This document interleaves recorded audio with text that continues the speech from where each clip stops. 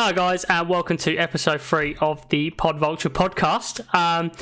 This would be episode 4, but I'm going to preface this intro with admittal of absolute fuckery last week. Tell them what you did.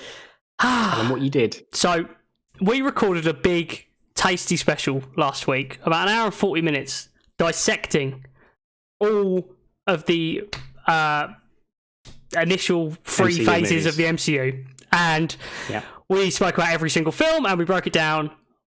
It was all lovely. I was trying to decode the video into an audio format for us. Didn't take a backup before I did this, and we lost it. And Coleman lost the will to live. So we didn't re-record an episode last week. We're back this week. We're not doing that this week, so that's going to be the lost episode, literally, in every form of the word, sense of the word. And so here we are. So as always, I'm one of your hosts, Az. I am the other one of your hosts, Coleman, the better one, the one that doesn't break things. So if anyone's ever watched any of the PodVulture stuff ever, we have a history of having technical issues. So this isn't really anything new, except this time it's on me. So normally it's like Cole forgets the mic, battery's not been charged. Batteries aren't charged. And to be fair, this did used to fall on Coleman, so I guess this is like me making it up to him. So he feels okay about all of that, because mine... The karmic balance has now been... Yeah, we've restored balance. Yeah, which is fitting for this week. Obviously, yesterday was May the 4th. Balance has been restored on Revenge of the 5th. So there we are. Because you are evil. I am Kylo Az. So your midichlorian count is too damn high. No, that's not a thing anymore. That's they forgot about that. Remember, that gets ignored. Okay, cool. Well, it doesn't. It doesn't.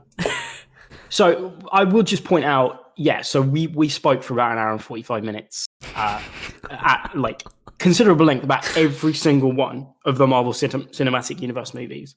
Every single one.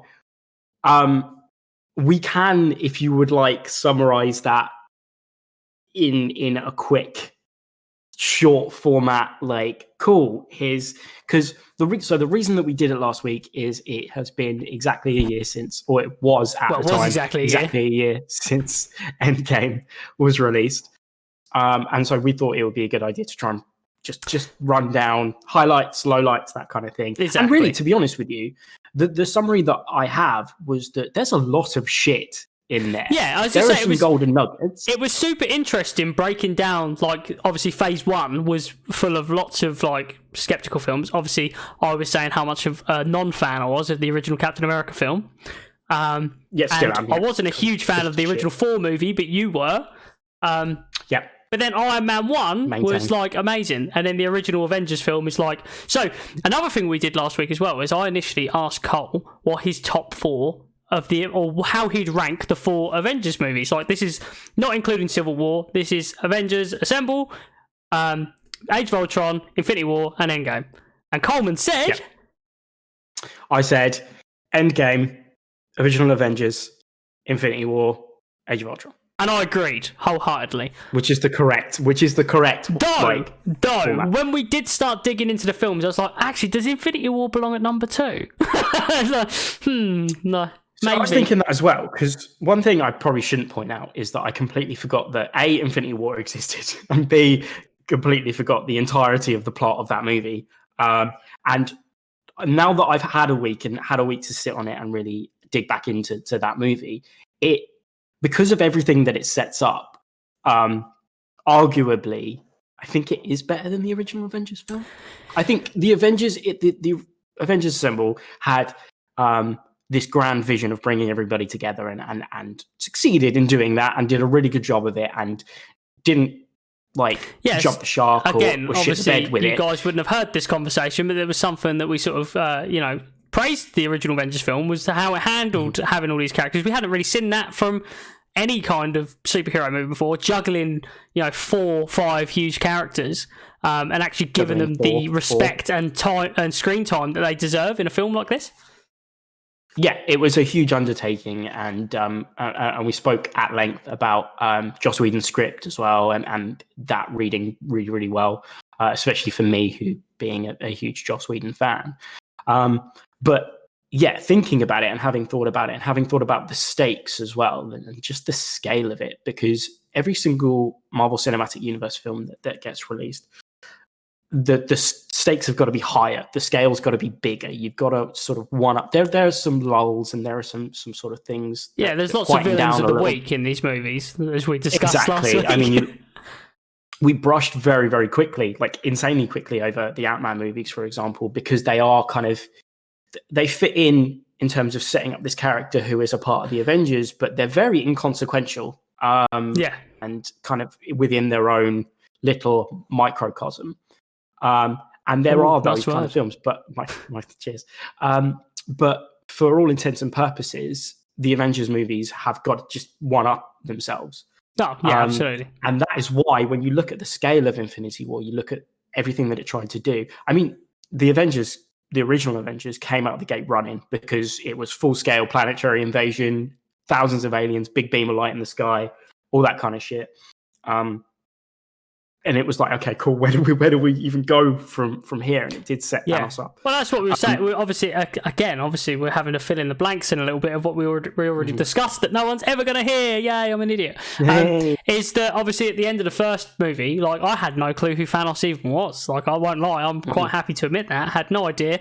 And obviously this big purple faced boy is there at the end of the film. We're like, oh god, he looks menacing. Who's this guy? Big purple face boy. But yeah, so Infinity War was really the culmination of everything, including the Avengers. The Avengers was the culmination of everything up until that point, but then it was like, okay, cool, Infinity War was, here's the guy that's been pulling the strings ever since the beginning. Oh, where's the chapstick? I was juggling it. I was like, I'll show it off so video viewers can know what I'm playing with. Yeah, I was going to say, I'll stop playing with I'm a things. fiddler. I can't help it. I have to juggle things. Ooh, fiddler. You love fiddling. Oh, I love a fiddle. I don't even know what I'm talking about. Basically, I'm saying that Avengers Infinity War, you're probably right. I think is better.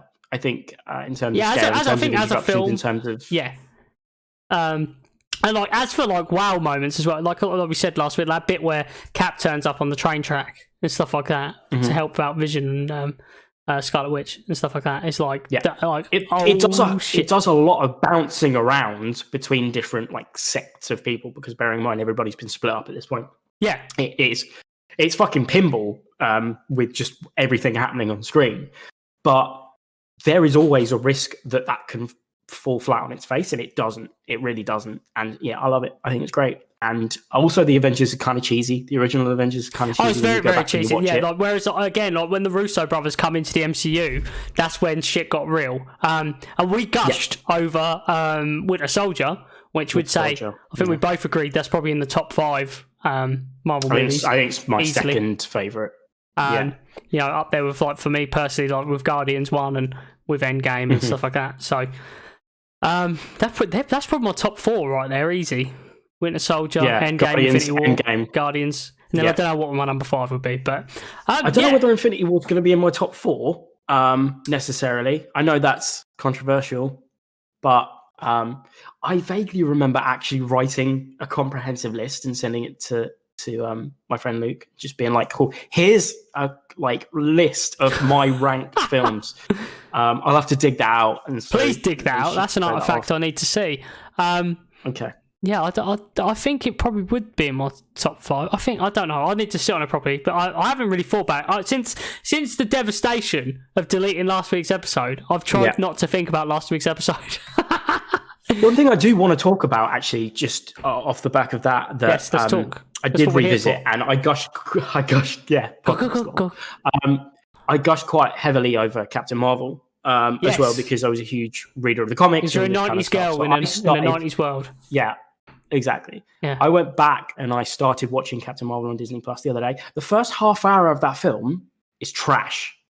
Like, it's real boring. What happens in the first 30 minutes? Just give me a very first 30 minutes is just her. So it's just her and Jude Law having their little fight, and her being set up as not having any.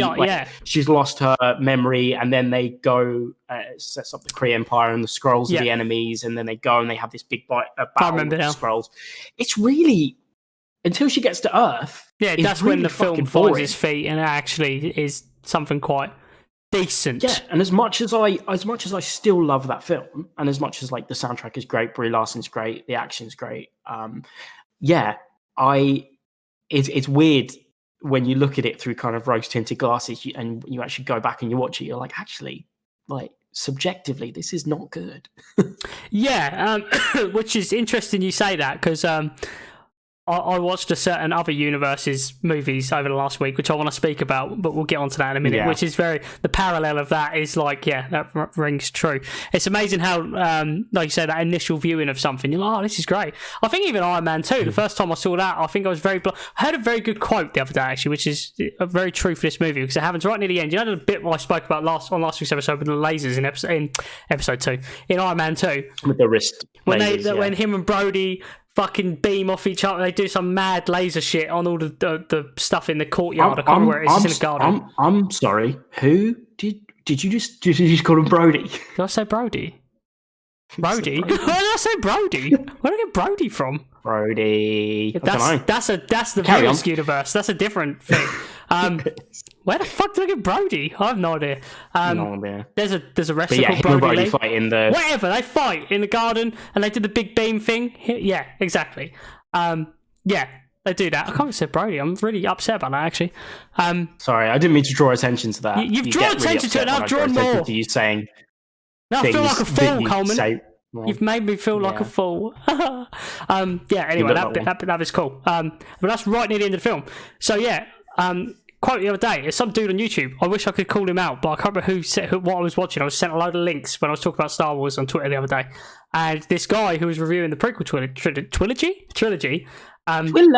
trilogy was saying how an audience can sometimes mistake a bad film for a good film because it has a good ending.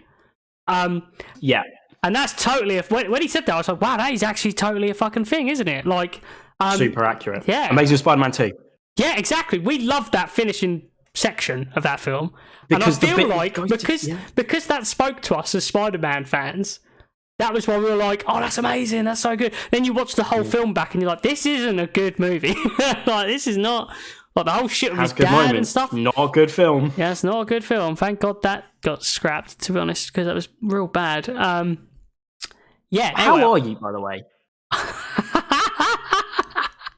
I realise we've been talking for several minutes now, but are you doing okay? A nice tangent. I was going to say, I was upset you didn't start the episode with that. You start every episode with asking me how I am. How rude of me.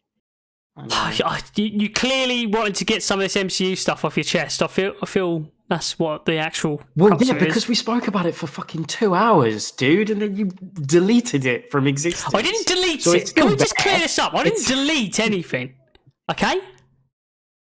I use a very archaic method of using VLC Media Player to transfer the video into an audio file as well. And mid-transfer, it had an explosion, and I lost both. So, there you go. I lost it. I didn't delete it. It's different. I've never seen a grown man so crushed as when I came back to my computer and you were just like... I couldn't help but laugh because it was very upsetting. I was very upset. We both were just so devastated. Oh, you were very angry. You didn't even want to re-record with me last week. You were very angry. No, I was pissed. And I'm pretty sure we didn't speak for the rest of that evening. No, you didn't like me. I just don't like you anyway. So, I just didn't speak to you. Because I am a piece of shit and I'm well aware of that, but I own that. So good. That's fine. You are the Mr. Hanky to my face. I don't know. I have no idea. I just want to call you Mr. Hanky. My question still stands. Are you okay? No.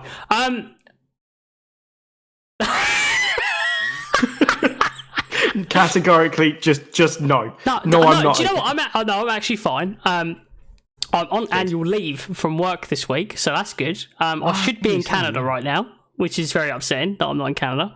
I should have been in California 2 weeks ago, so... yeah, exactly. There's pain all around this podcast.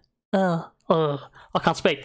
I should be in Canada, so that's what I'm saying. But other than that, yeah, I'm fine. I'm enjoying the time off, even though I worked half a day yesterday on my first day of annual leave, so that was upsetting. As you should do on holiday. As I should do. So, yeah, no, other than that, I'm all good. I've watched lots of stuff, so I've got plenty to talk about today outside of the MCU. Good.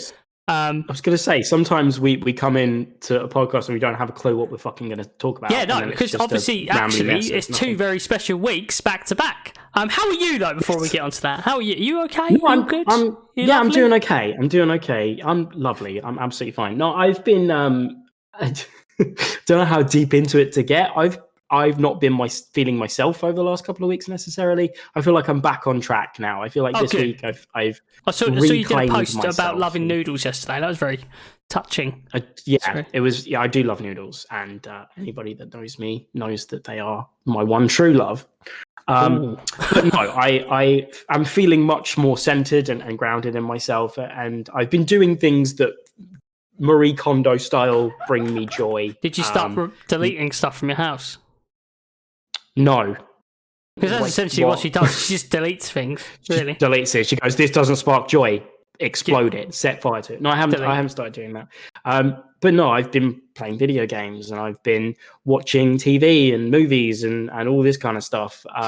And yeah, watching the first half hour of Captain Marvel, which I thought would bring me joy. I still find it very strange you've only watched half an hour of it. Like, what happened to the rest? Did you just give up? I ran out of time, to be honest. Okay. Yeah, one thing I'm quickly learning as well about weirdly working from home is I have less time to do the things that I want to do. I don't think it's less time. It probably feels like less because I feel you on that one. I feel like it feels like less because you're working from home. So you feel like you're in this constant state of work. Yes. So sorry if we're tangenting to anyone who didn't want to hear this kind of stuff on this podcast, but we're all going for it. So and it's our fucking podcast. We're all, I am kind of sick of everybody saying, "Oh, we're all in the same boat," and it's like, well, kind of, we're not. There's a lot of people that aren't and do have it a lot worse than me, and I think that was a turning point in changing my mentality around it as well, because I was very like, "Woe is me" last week. And I think that's partly why I was struggling so much. There is a lot of people doing a lot worse than we are even feasibly doing. And to be fair, that's something I often think about to myself is like, I've actually got it quite good in a very shit situation. So I don't take that for granted. And shout out to everybody that does have it a lot harder. And obviously I know people that work for the NHS as well. Shout out to JP especially, who's, going out there every single day and smashing it. Yeah, I love you, Josh. And smashing it. And still maintains his, Josh, he is the cheeriest bloke you will ever come into contact with. Motion is his saying. And he's one reason I think... No, I've seen it on Twitter a lot, and I'm like, maybe I should do Insanity today, because he knows. He does. He is the most kindly jacked. I have a crush on him. Oh God! I categorically, Josh, he's coming on to you via a podcast. This has got to be something new for you. He probably won't listen to this, but no, he's getting tagged on Twitter. And he needs to listen. So he is. He's being called out. But no, everything's okay. I'm doing okay. We're okay, and I think that's the main thing. To be honest, I'm fine. I'm good. We're good. There you go. That's that section of this shit done with this shit. It's not exactly a section or a segment. It's definitely a segment now. It's the how are you segment. Boy's okay. It's like how are you? Is that a jingle you wrote yourself? That was impressive. How are you? That was actually getting jiggy with it, I think. How are you? How are you? Yeah. Exactly. So anyway, should we talk about back to the geeky shit.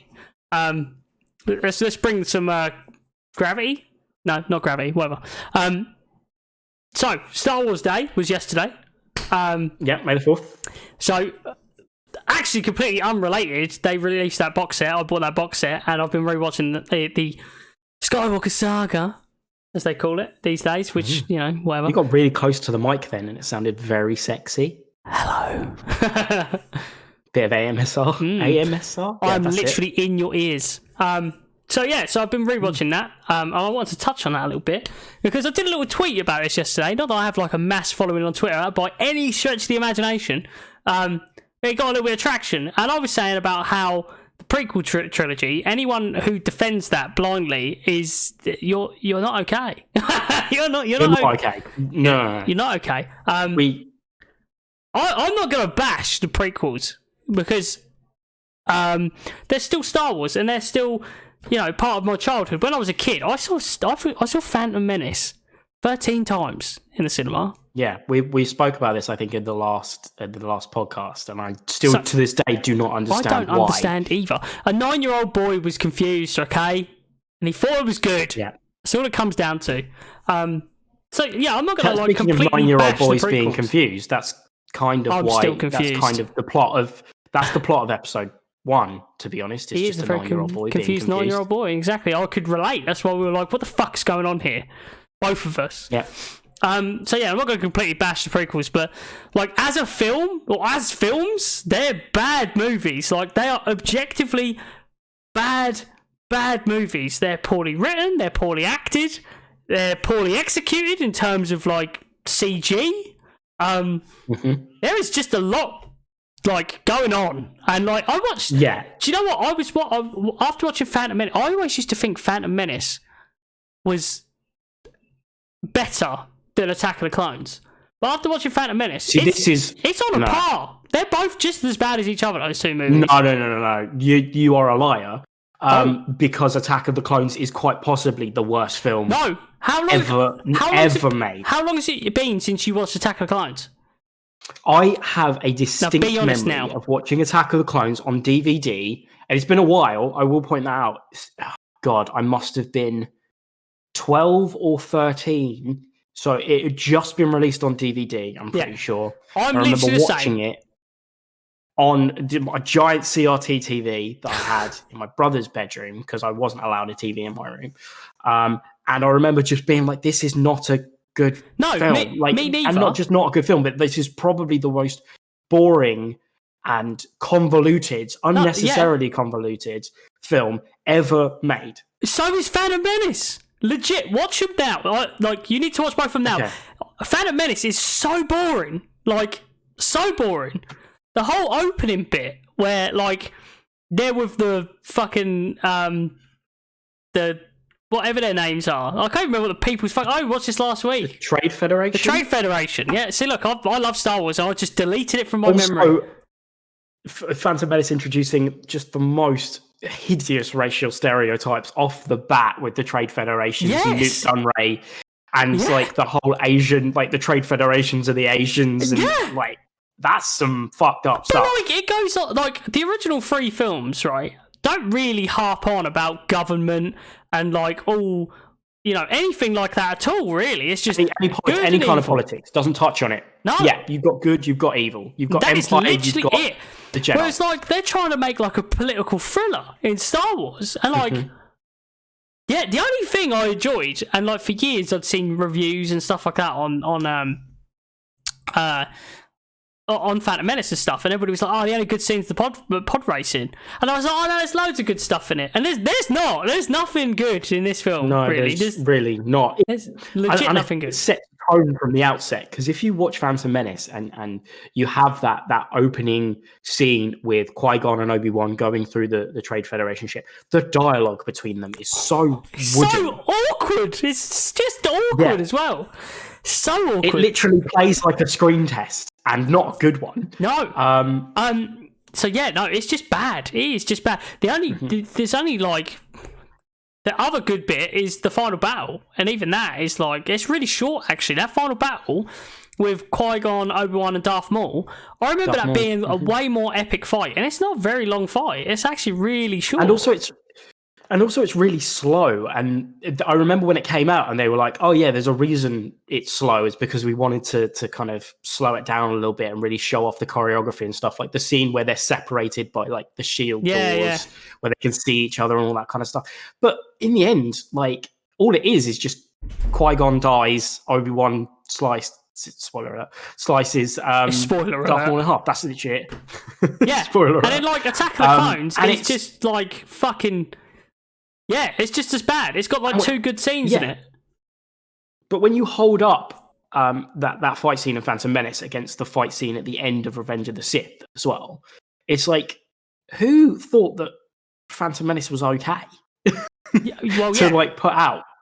looks then, like that, a bunch of toddlers slapping each other with like. But then that fight at the end of Revenge of the Sith as well, you just mentioned, like that is like so over the top, like so over the top. They're like flipping over each other and fucking. And just flinging the saber and when they kick each other is the best bit. They have this little bit where they boot each other and they fucking like fall on this table. And it's like, what are you doing? Like no one kicks like that. Nobody flipped in a Star Wars movie until like the Phantom Menace, and then they did one flip, and they kind of went, doesn't he? "Cool, with people Yoda love this."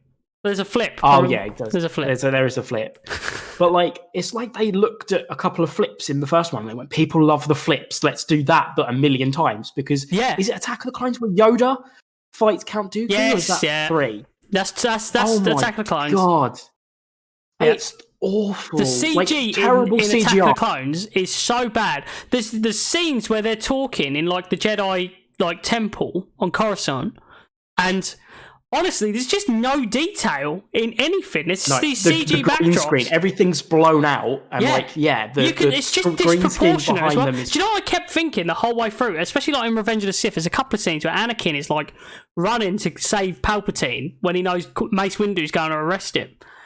And like the building he's running through is fucking huge. I was like, you're not going to make it in time. He's dead. No, I couldn't help but think this shit. But like it's just really like disproportionate. It's so disproportionate. They're very hollow, like you said. I don't know if you've seen the video that's doing the rounds on Twitter. It came out like a couple of years ago, but it will always do the rounds. Is that when you look at the scene of Jango Fett trying to assassinate Padme, basically Count Dooku hires Jango Fett. Jango Fett hires another bounty hunter, and the bounty hunter uses a droid, and the droid uses bugs to try and kill Padme. And still fails. And instead of Jango Fett going to kill Padme himself when he realizes it's failed, he kills the bounty hunter that he hired. How does that make sense? That makes no sense. Makes no sense. Literally. Also, Jar Jar Binks becomes an ambassador. Like, he becomes a general. When he becomes a general in Binks. Phantom Menace, they're like, and Boss Nass is like, Jar Jar, I make you a general, sir, or whatever. It's like, what the fuck? Why? He's done nothing. Why? He's literally done nothing. He doesn't know how to fight. The man is an arse. The start of the film, I mean, he's a coward at the end of the film as well. But the start of the film is him running away in absolute fear of the droid army appearing. And, like, how does he become a general? How does that make any sense? It's all an accident. He's just an absolute... Oh, the film's an accident. Film's a big accident. It is. George Lucas was like, what can I do This is now? what I don't get, is why... I say I don't get, I do get it. I get why the sequel trilogy... Huh? Money. Money is... Star Wars has always really been about the money, let's be honest. It's always been about the money. It's all about toys, all about this, that, whatever. Posters like this, all sorts of stuff. But I don't get why the sequels get the rap that they get, because anyone who thinks that the prequels are better films, and I'm talking films as in something you'd sit and watch and enjoy, they are not better films. They're not. They're just fucking not, like, at all. And there are so many people that think the Disneyfication of Star Wars is what ruined the franchise. Star Wars was Disneyfied before Disney had it. Exactly. If anything, it wasn't even Disney. It became so sterile with the prequel trilogy. It became this weird entity. It didn't have a direction. I mean, let's be honest. Know what it wanted to be. Let's be honest. Would we have, if Disney hadn't picked it up, would we have got more films? Would Lucas have actually made the sequel trilogy? And if he did make the sequel trilogy, who's to say that they wouldn't have been as bad as what we got in the prequels? Because the prequels weren't. Well, he was allegedly planning his another trilogy, wasn't he? Yeah. And after seeing how this trilogy panned out, now people are asking him for his vision of what actually would have happened. Yeah. And all that kind of stuff. I don't think categorically, maybe 20 odd years down the line, he would have gone, I don't have enough money from merchandising. I need more. I don't have enough money from just existing at this point. So what can I do to make more? Maybe it would have happened, but I really don't think that. I think if anything, it would have played more into the prequels than it played into the original trilogy. Yeah. Well, that was the thing. That was another thing I mentioned in when I was tweeting about it the other day. Is like the prequels, the sequels lack in like a structure. Like this is the beginning, this is the middle, and this is the end. Obviously, the prequels had that in spades. We knew what was going to happen. We had baby Anakin, middle Anakin, naughty man Anakin. The end. Naughty man. Right? So Darth Vader's a naughty man. Darth Vader is a very naughty man. So we knew where it was going, right? With the like, we knew what was going to happen. Whereas with these sequel trilogies, we didn't have that, and hence it was a bit of a mess, and it's all a bit of a kerfuffle and stuff like that. But I feel like there was a lot more heart and the essence of Star Wars in those sequels absolutely. than there was in that prequel trilogy we got. I felt like they were fundamentally more Star Wars than the prequels were. Because they tried too hard with the dialogue. Like, a mess. Scream wipes, but they were trying to like infuse this sense of government and this whole bigger meaning of things than it actually ever needed to be. Midichlorians. And it was the simplicity of it, really, that was the best thing about the original trilogy. The original trilogy is still the best. It's always going to be, let's be honest. Because it doesn't wank itself off. The prequel series and, like, again, the sequel series wank themselves off. Yeah. Like, constantly, because they're just like, we're Star Wars. Like, yeah. And it becomes so self-aggrandizing in its we're talking about the Trade Federation and all this political shit, and then the evolution of good guy to bad guy and the dark side, and all that. It doesn't mean anything. The reason the original trilogy stands alone as the best is because it doesn't have any ambitions beyond itself. It feels like the prequel series just wanted to be like... There is no grander meaning. There was no metamorphosis from Anakin to Darth Vader. There was no, I'm Luke Skywalker and I'm upset because I couldn't train people or train my nephew. There was no who is Rey. Who are these people? What does their existence mean? I feel like Luke Skywalker is like the chosen one, and that's it. That's to be fair, the biggest gripe I personally have with the sequel trilogy is that it does, especially with the way it ended, is it does the whole point in the end of it all is that Anakin, Luke, whatever, the whole Skywalker stuff is the whole point of that story, whereas it becomes very much not about them at the end. Come the end, I mean, it's still about them, but it's not, and it's like that kind of defeats the previous 6 films. But whatever, I still enjoyed them. You know, I loved 9. I think a lot of people hated 9. I fucking love 9. I really enjoyed 9. Again, as a film, I really enjoy 9. I'm sure if I watched it back, it's easy to pick holes with. And we watched it so many times as well. I feel like I need to give it a bit more of a statute of limitations before I do go back and revisit it. Obviously, it's just come out on Disney Plus now yesterday, so I have been tempted to sit and watch it. But I think I just need to give it a little bit longer to clear my mind of it before I revisit it. And I think that was one of my problems with some of the others, with The Force Awakens and The Force Awakens is still the best of those 3, my opinion. Is the best of the 3. Absolutely, yeah. Easy. That's not even in question. The Last Jedi was a misstep again, but I feel like that's the only reason 9 turned out how 9 fault. did, really, in my opinion. That's the only reason 9, because I think Rian Johnson, he was trying to be too ambitious with his view, because he was given a Star Wars film. I would defend Rian Johnson till the day I die, because he was given a Star Wars film, and then at what point do you go, okay, what do I do now? and we know that Benioff and Weiss, the writers of Game of Thrones, were given a Star Wars trilogy and then had it taken away from them. I think that would have probably ended up even worse. Probably in that instance, because you've got 2 people. Again, though, Last Jedi is not a bad film. Last Jedi is a good film. The only bad bit in Jedi is the Canto Bite stuff. Other than that, everything else is I thought was great. Like the fight on Crate and all that kind of stuff, like the Salt Planet stuff. It's kind of a bit slow, but it's still fucking enjoyable. And they had to work with a lot of moving parts, and then JJ kind of just snatched his toy back and went, no, not like that. And literally that. And did it his own way. It just I think Star Wars, for me, Star Wars will never be like it will never be bad. Yeah, Star Wars yeah. will always be a part of my lifeblood and will always be amazing. And however much because they will try and intersect new things, and you've got Clone Wars, you've got Rogue One, you've got new film Taika Waititi's been given, as well, which I am excited. I'm excited for that. But again, because hopefully that he's just going to do something else. Like, we don't need to be with those characters now. Just do something else. We've seen that he's directed an episode of The Mandalorian, and The Mandalorian is amazing. I was literally going to say, that's my favourite thing to come out of Star Wars. And that's where to be fair, I think TV is where Star Wars belongs, because you've got that longer term storytelling as well. And I think some of these stories in, like, even some of the films, like, there's so much between, like, Phantom Menace to Attack of the Clones to Revenge of the Sith.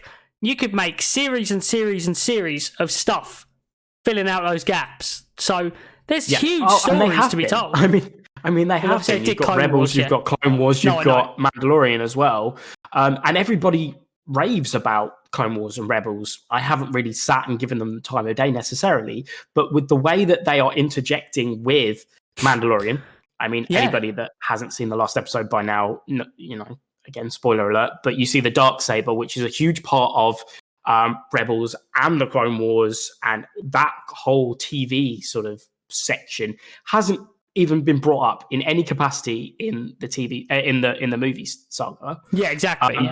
And yet, when people saw that final scene and they saw the Darksaber, they lost their fucking shit. Yeah. Because there's such a huge fan base around the TV side of things, and I think the storytelling, there's so much more freedom and so much more flexibility. Whereas if you put out a Star Wars film, there is so much weight being put on your shoulders. Literally, that was what I was going to say. The problem with that is the baggage that comes, especially if you insist on making a Star Wars movie around the original three, whether it's a prequel, a sequel trilogy, whatever, because they're all attached and they're in that same. Too much consequence. There's too much. It's all the same universe, but there's too much like baggage there, and everybody then obviously harkens back to the originals. That's always going to be the comparison with Star Wars movies. It's like, is it better than Empire, or is it better than Return of the Jedi, or whatever? And yeah, I think the sooner they get away from that and start telling other stories. I mean, there's if you look at games like the Knights of the Old Republic and stuff like that, it's like thousands of years before even like the Skywalker saga. Like, there's stories that can be told, and they can make new characters. Like, it's an open sandbox of what the fuck they can do with it. So massively, and I think that's partly why I'm so excited for Taika to do his thing, because when you look at Mandalorian, we're not watching Mandalorian to see how it intertwines with any of the Skywalker stuff. No, we're just interested in that character. Yeah, like, you watch that first episode and you're like, cool, this is Star Wars. This is everything Star Wars should be, and I am invested in this character. Yeah. Like, aside from everything else, aside from the stories, it's the world, and it's that. And you then take that world and you put it into a film. And I think to an extent, that's why Rogue One was very, very successful as well, is because it's an aside. It's a story told within this universe that doesn't necessarily have any consequence. This, again, is probably why Solo didn't do very well. Because it's a story told in this universe. What we don't need is another Solo. But again, you're using a core character that people are emotionally attached to, slapping a different actor in there, which is, that's Harrison Ford is Han Solo. The end. Like, that is it. So that is always going to be difficult to do. You can't recapture that either, and people have got that character, that thing in their head. We didn't need to see a young Han Solo, in honesty. We just didn't. No. But that's what they can do. That's why, like, saying about existing characters, though, but, like, Ewan McGregor is still a youngish man. He can do an Obi-Wan TV show, and we can go back and visit that character and what his adventures were between 3 and 4 and stuff like that. So, like, we can do that, but, like, because Solo should just shouldn't have happened. Yeah, exactly. It's an aside. We know he's going to end up with Luke. Solo was an aside, but again, it was touching on sensitive material. You were seeing the Kessel Run. You were seeing fucking how he meets Lando. You had the shitty fucking talking Wookiee, which makes no sense, because never again do you see him talk Wookiee to Chewbacca in any of the films or anything like that. So why do that? Literally, why do that? It's not a good film. And the other love interest as well. What the fuck happened? Obviously, they're never going to do a sequel to that film. So for now we're just like, well, what happened to her then? Because that film's canon, so... I think Why they is Darth expand Maul on it there? in the comics, maybe. Yeah, well, again, so Clone Wars just finished, right? Yeah. No, I know Darth Maul, we know he's yesterday or the day alive before. and stuff, but still. But Yeah, like, why is so he in the Darth film? Maul in the Clone Wars animated series goes back to his group of, I can't remember what they're called, like his gang, effectively, which is where we see him in Solo. Yeah, so there is a connection there, but the only reason Darth Maul's in there is because they wanted to bring him back in some capacity in the movies, and they went, cool, we're kind of doing a lot of stuff. We're doing the Kessel Realm, we're doing Lando. Why don't we just fucking throw this in there as well? Yeah. It didn't make sense. No. It was a cool moment, don't get me wrong. It's cool but it because you were didn't like, really oh make sense. shit! But then, like, after that, it was over. Have you watched Solo since we saw it at the cinema for that first time? No. Me neither. I have no desire to. Me neither. I have no desire to. Don't care. Cool. Don't give a shit. Don't care. So yeah, if we could get season 2 of The Mandalorian right now, that would be be. a happy man. Have you watched the documentary yet? I haven't watched the documentary yet. No, Should have I probably haven't. watched that before this, but yeah, documentary's up on DC Plus right now, so that needs to be watched, Check doesn't it it? out. Absolutely. Yeah, Yeah. Star Wars is its own Goliath. Yes. Yeah, it really is. And we will never stop getting Star Wars movies. We will never stop getting Star Wars content and video games. I mean, you look at the Fallen Order as well, and that's like that's an aside, which is why it's fucking great. Yeah. So I just hope that that there's no churn. They don't go, oh, should we try and revisit some of these characters, or should we do like a I think they should put that to bed now. I think now the Skywalker saga is done, is that should just be put to bed now. Anything going forward is just not. It's not episode 10. It's not episode 11. It's just done. You know. Yeah. Go back to episode 1 again in a new saga. Just start again. Like, do something else. Reboot it. Do it again. Well, I don't mean reboot it. I don't mean that. I'm just saying, but like, they can do a new saga and be like, boom, episode 1, title. Like, you can have another episode 1 now because you've chunked that all into one saga. Or you can have another episode 4. Yes, exactly. Let's start backwards again. Fuck it, why not? Do episode 4 again. Fuck it. But yeah, we could do that. So yeah, Star Wars is a monster. Made a fucking 4th be with you and all that stuff. That was yesterday, but whatever. Oh god, yeah. So that went on a bit about Star Wars. Yeah, we spoke at length about Star Wars, but it's Star Wars, so what do you expect? Yeah, exactly. So anyway, side note from that, show for you to watch. Don't actually know if you like it. You say Dave, I'm going to punch you in the face. No, it's not Dave. Everybody should watch Dave. Fantastic. Season's finished now. Loved it. Westworld, season's finished now. Loved it. Go on. All right, well, fucking watch Dave. I'll carry on with Westworld. No, not that. There is a show that started on Sky, actually, here. I'm going to say in the UK. Doubt we have any US listeners. Whatever. Maybe someday. But maybe no, it's called Gangs of London. Already. I don't know if you saw me tweet about it the other day. I did. I've seen a lot of people tweet about it. I don't know what it is. Well, I thought from the title alone, I was like, this is going to be trash. You know, because like London Gangster TV show, I was like, oh, this is gonna suck. The first episode is like a feature-length episode. It's like an hour and a half. Right. Which really sets the scene for this story. So essentially, the story that I've seen in the first episode, apparently it goes off a little bit, but still. So there's Irish gang family who, like, the head of the London mafia, gets killed by some like gypsy kid, essentially. And then that's where the story kicks off, and it's about his son trying to take the throne, essentially, in the first episode. But then this other guy is introduced, who I don't want to say too much about, and the story seems to follow him a bit. And yeah, it's just real interesting. It's real interesting and real fucking gritty and violent. Like, it's very Daredevil in terms of the fight scenes and stuff like that. The fighting is honestly, there's a fight in a pub which goes around the street and stuff like that, which is all like a one shot, like something out of Daredevil, and it is crazy good. Amazing. And no, I see. Has it got anybody in it, or is it just a? Oh god, the only person. Oh, sorry, Catelyn Stark's in it. I forgot her real name. Yeah, I don't know what her name is. To be honest, you're googling it. I can see fucking googling it. I'm googling because I'm terrible with names. It's always hit or miss with me when I start a new series. Cole Meany is the most famous person in it, I think. who's like the... Okay. He was in Star Trek. You must know who this is. No. No? Don't. Who did he play in Star Trek? Which Star I Trek? don't know. I've Voyager, just seen him Deep in Space Nine, a Next picture. Gen. I don't know. Cool. But yeah, he's in it. Cole Meany, though, you'd recognise him if you looked at him. And then obviously Captain Stark, whatever her name is.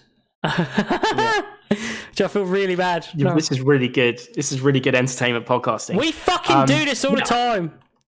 Yeah, I know. I feel like, I always have to have a bit of a suck. buy-in with TV shows like that, where if it's got somebody in it that I recognise, I'm like, cool, yeah, this is a mark of something. Michelle Fairley higher quality is her real than... name. Michelle Fairley. Oh, okay. So's Michelle. Michelle. Yeah, because I did something similar, and not to like steamroll you talking about Gangs of London or anything, but I started watching. There's a new Netflix TV series called Hollywood, which is by Ryan Murphy, who created American Horror Story. Oh, okay. And I've watched the first 4 episodes of it so far. It takes place in like late 40s, early 50s America, really the rise of Hollywood and its studio system and actors being like franchised and all this kind of stuff. Oh, okay, yeah. And it centers around like a number of different characters. I do not recognize anybody in it except for Sheldon. Sheldon? Sheldon is in it. I think you don't know Sheldon's real name. Jim Parsons, of course I do. I didn't remember. Yeah. But I've got to say, like, I really enjoyed it. I took a chance on it because I thought it could be very, very hit or miss. Is it like set in reality? So is Jim Parsons actually Jim Parsons in it, or is he? No, it's not set in reality because it's set in the 1940s and Jim Parsons was not born. Sorry, I didn't hear you say it was set in the 1940s. My bad. Don't fucking listen to me. I do. Your voice. You've got. So it does what American Horror Story does a little bit, and it plays off of some reality, but kind of tweaks it to make it a bit fictionalized and stuff. So, for example, there's the episode of American Horror Story where you've got all the serial killers, and you've got like Charlie Manson and Ted Bundy and those kind of people in American Horror Story.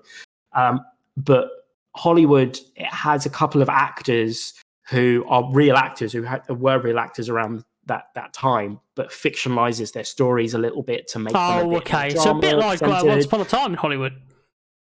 A little bit like that, yeah. It kind of takes its own liberties. But I've got to say, I'm really enjoying it. I'm genuinely enjoying it. Okay, well, you should check the first episode of Gangs of London out. And I should check out at least the first episode of Hollywood, because I can commit to one episode. Because I need to watch more Gangs of London, to be fair, this week. So I'll definitely check Gangs of London out. I think you've Rick sold and it to Morty me started back this week, and you had a go at me earlier, but it was a very nice episode. I enjoyed it. Okay, I kind of dropped off with Rick and Morty, so I feel the need to explain myself here because I didn't necessarily have a go at you. I didn't have a go at you. He had a go at me, guys. Shouted at me. I'm not a piece of shit. I mean, I am a piece of shit, but I didn't shout at you. I just said that it doesn't grab me anymore. It disinterests me, and I think a large part of that, and I know that it makes me a terrible person. A large part of that is how toxic its fan base is. See, and everything surrounding that. I get the toxic fan base thing, but I honestly just don't pay attention to that. I just enjoy it myself. Like, I know it's super easy to shut off from all that. The fools who surround it on the internet have no impact on what the show is doing. So it's become a meme of itself, and I'm sure the quality is still there. But There's a few episodes in this season so far which are real good. And what I specifically told you was that the Midnight Gospel is better, and I maintain that. I don't accept that because they're two different kettles of fish. Yes, they are. They both ask larger questions of, philosophy. Yeah, but one is like really trippy and like, don't get me wrong, Rick and Morty is trippy, but like really fucking way out there. Whereas Rick and Morty is very much. Have you watched any of the Midnight Gospel? No, I haven't. But from what you've told me, it's like fucking psychedelic. So, how many fucking episodes have we been going on? And I've been like, watch it. It's fucking 25-minute long episode. Hey, you're not the only person who's fucking busy here, okay? Yeah. Oh, Do you know what's random? There's a random thought that came into my head, and forgive me, but you know, as we're approaching 30, you're going to get more and more moments that make you feel like you are an old man. Yes. So my girlfriend's housemate the other day, somebody messaged him or commented on a photo of him, and said that he looks like he's about to accompany Ferris Bueller on his day off. He pronounced Ferris Bueller wrong, doesn't know what Ferris Bueller's Day Off is, never seen it, isn't aware of the concept of the movie existing. I could have cried. We Who the fuck doesn't know? Right.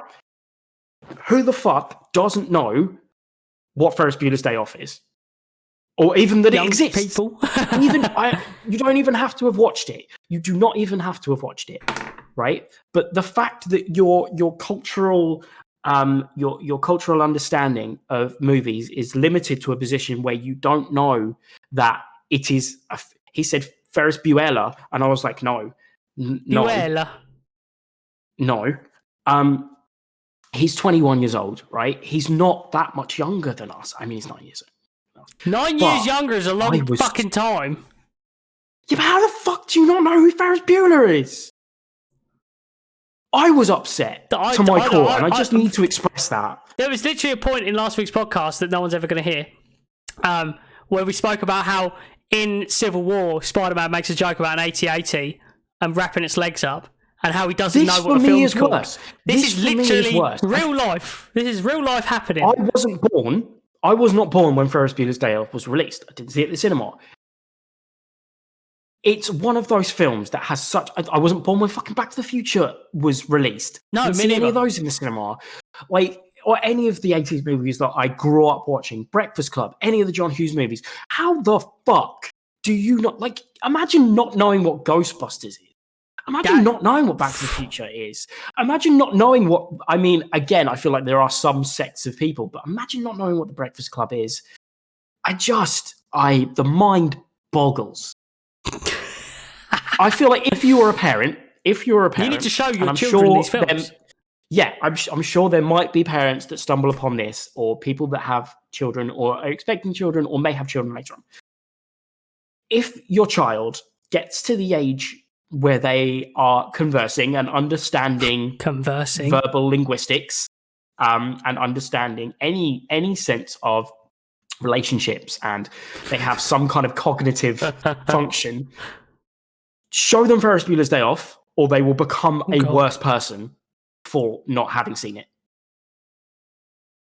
You can't put it any more simple than that, folks. Like, if you're not showing people these movies or don't realise what they are, then who are you? I've got to have at least one little rant in each podcast, but genuinely, and I know that people are going to be like, "Oh, you shouldn't be so fucking harsh about people that haven't seen films. Oh, you're such a snob." I do not give a fuck. If you get to the age of 13, 14, and you've never seen Ferris Bueller's Day Off, you've never seen it, or you don't even fucking know it exists, you need to be thrown into the sea.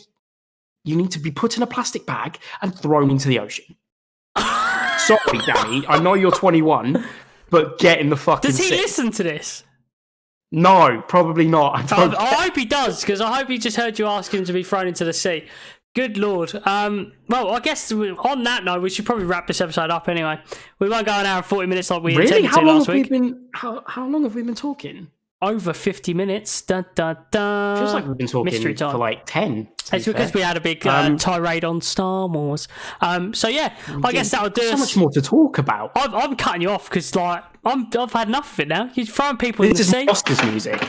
I know, this is my Oscars music. I've had a little shout at people, and now you're like, calm it down. Let's wrap this up now. We're just gonna hone this in, and we're gonna send it home. We're gonna send it the fuck home. Okay. So, as usual, guys, thank you for listening. If you've made it this far, if you have, please don't throw yourselves in the sea. Please do subscribe to us on YouTube if you're watching this on YouTube. Buttons down below. Press the notification bell. Get the nice notifications. Do all that stuff. Cole, tell them where to follow us. You can find us on social media on Twitter at PodVulture off. You can find our individual Twitter handles at @Azza___ and at We Are Coleman. You can find us on Facebook by searching for PodVulture Official. We're in several other places as well, but to be honest with you, my brain's gone a bit funny today.